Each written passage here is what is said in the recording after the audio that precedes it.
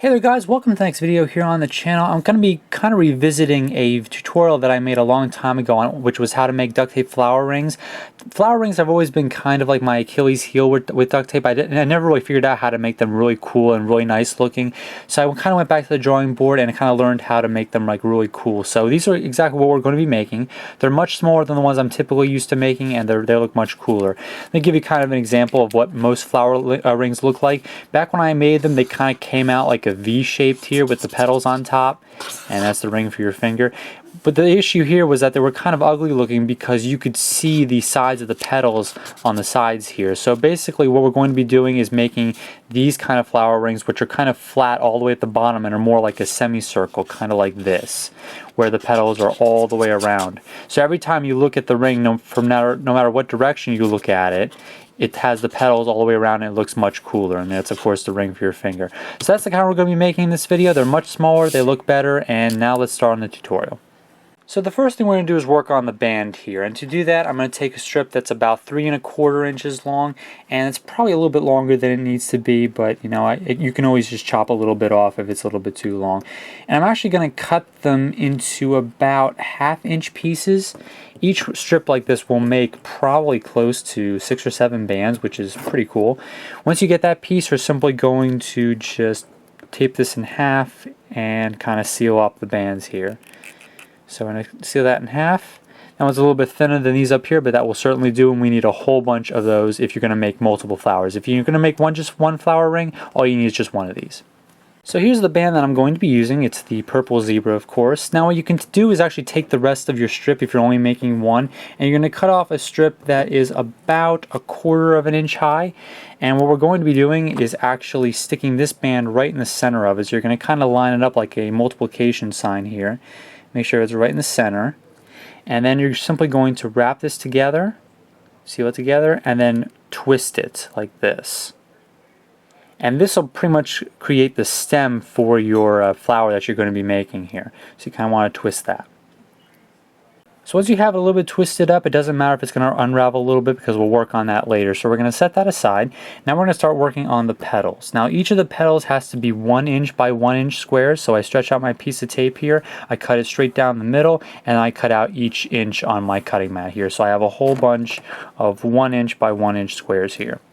Now we're going to fold these as simply as we do, you know, like all of our normal petals. We're going to take our bottom right hand corner, fold it into right about there, and then we're going to take our right corner here and fold it in so we have a pyramid and a little bit of a sticky bar on the bottom. And of course you want to do these with any color that you're making. If I'm making pink, I'm going to be doing pink. I'm going to be using a few other colors as well. So you need to start making all your petals right now by doing this step multiple times.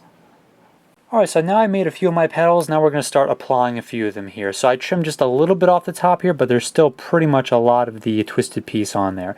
First thing we're going to do is we're going to take one of our petals that we've just folded pretty much like a normal flower petal, and we're going to put it onto this piece here that the very bottom of it is lined up with this band on here, if you imagine that band being a straight line.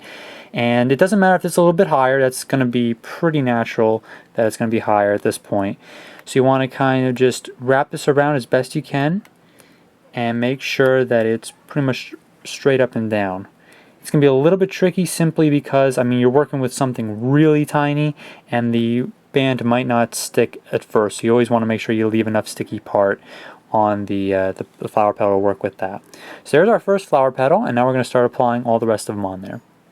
So working on sticking our second petal on, for the first 4 petals, which are right across from each other, you want to apply it in, just like I said, a cross pattern. So we're going to go directly across from that one, and we're going to stick our second petal on right there.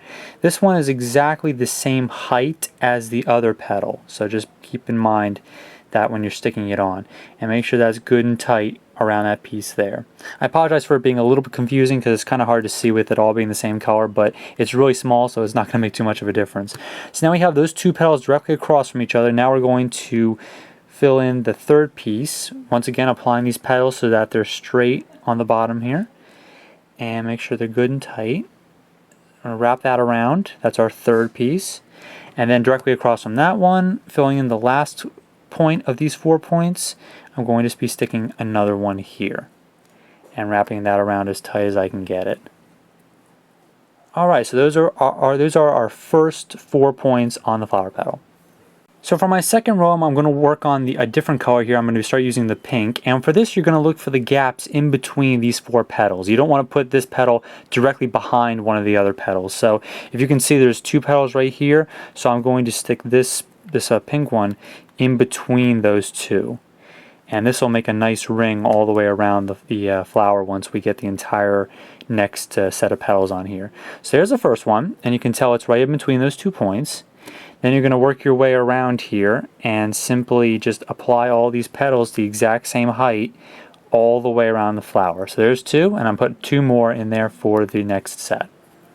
So there's the pink layer. Now we're going to go back to the purple zebra once again, and we're going to look for those gaps once again. That's pretty much the process that you're working on for this entire flower ring. You always want to look for the gaps on the outermost layer that you're working on. So since the outermost layer is the pink, I'm going to be looking for the gaps in between the pink and applying all of my next petals in between those gaps.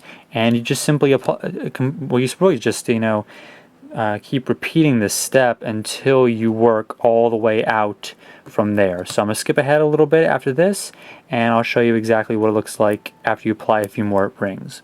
So after applying several rows, this is exactly what it will look like. Now it's not done yet, but you can definitely tell once you start applying them down in a staggered pattern, the petals slowly go from being straight up to more to the sides, and once I apply another 2 rows, it'll pretty much look like they're sticking straight out, and that's that semicircle look that I was talking about, where the petals go straight up and then they eventually go all the way to like a straight line in between.